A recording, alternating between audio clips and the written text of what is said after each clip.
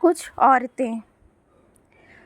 औरतें अपने बुने को उधेड़ देती थीं, कुछ चूल्हे के बुझ जाने पर देर तक नज़र गड़ाए रखती थीं अंगारों में, आँखों में उगाती थी नसों के लाल पेड़।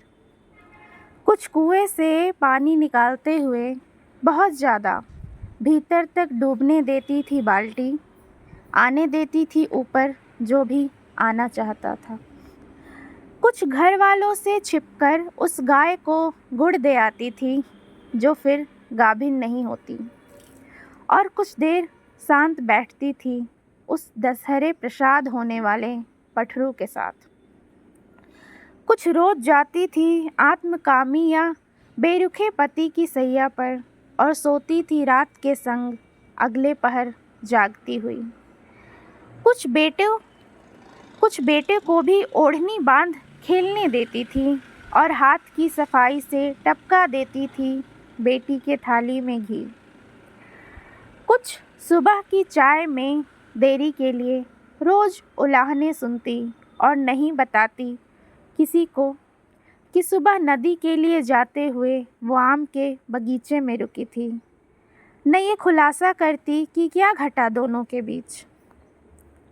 कुछ ने डरती सहेलियों के हाथ दबा उनके इल्ज़ाम अपने सर ले लिए थे और उनके निशान भी।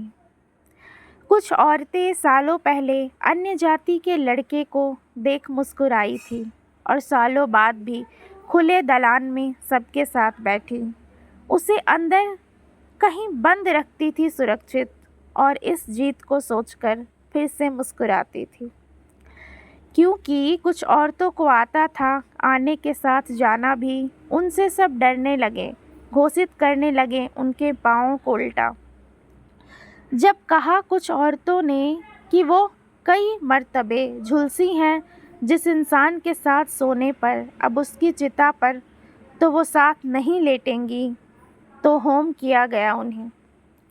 और उस भभूत से बहुत रोती बहुत औरतों ने रगड़ डाली कई कड़ाहियाँ, जब तक कुछ औरतों की शक्ल नहीं झलक आई लोहे पर, और बहुत औरतों ने अंदर ही बंद रख लिया सुरक्षित उन चेहरों को, और इस जीत को सोचकर फिर मुस्कुराने लगी कुछ औरतें।